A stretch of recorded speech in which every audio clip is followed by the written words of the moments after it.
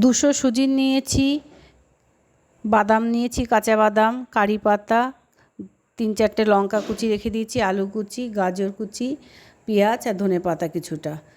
আমি কড়াইতে খালি খোলায় আমি তেল ছাড়াই সুজিটা আমি ভেজে নেব হালকা করে, খুব মানে কালচে করে না, বা খুব বেশি ইত্যাল না হলে তিতো হয়ে যাবে। হালকা করে একটু ভেজে নেব, নিয়ে নামিয়ে নেব এটাকে।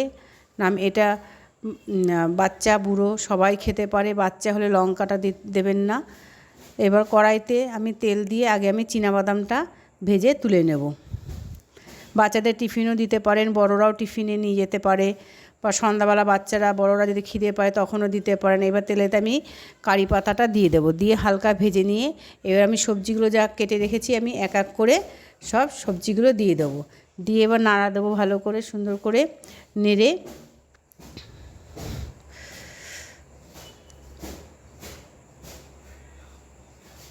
লঙ্কাও দিয়ে দিচ্ছি, দিয়ে এবার নাড়া দেবো।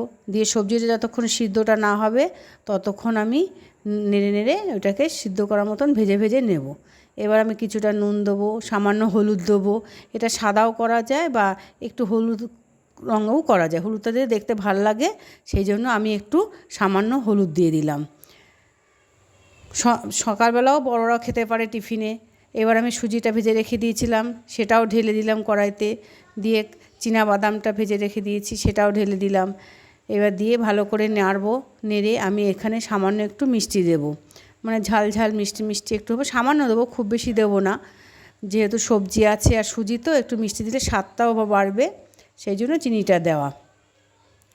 যাতে ঝরঝরে হয় সামান্য একটু জল দেবো, যাতে ঝরঝরে হয়। এটা যেহেতু ঝাল সুজি, ঝরঝর হলে খেতে ভালো লাগবে। গোলমরিচ দেওয়া হলো, ধনেপাতা কুচি করে রেখে দিয়েছিলাম সেটাও দিয়ে দিলাম ছড়িয়ে উপরে, দিয়ে এবার একটু হালকা নাড়বো, নেড়ে আমি এটা নামিয়ে নেব।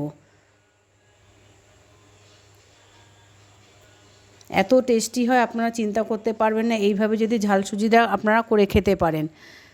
যাতে জল পরিমাণটা কম দেবেন, যাতে জল দিলে কিন্তু মাখা মাখা হয়ে গেলে একদম খেতে ভালো হবে না, এরকম ঝরঝরেই করতে হবে আপনাদেরও। আমি যেইভাবে করেছি আপনারা ঠিক সেইভাবেই করবেন, এই প্রসেসে দেখবেন খেতে খুব টেস্টি হবে। দেখুন আমার কীরকম ঝরঝরের মতন হয়েছে, খুন্তির থেকে পড়ে যাচ্ছে, একটু গায়ে মাখা নাই, ডেলাও নাই, কিছুই নাই, সুন্দর আমার জিনিসটা তৈরি করেছি। এবার ঢেলে আমি নিয়েছি, আমার কমপ্লিট হয়ে গেল।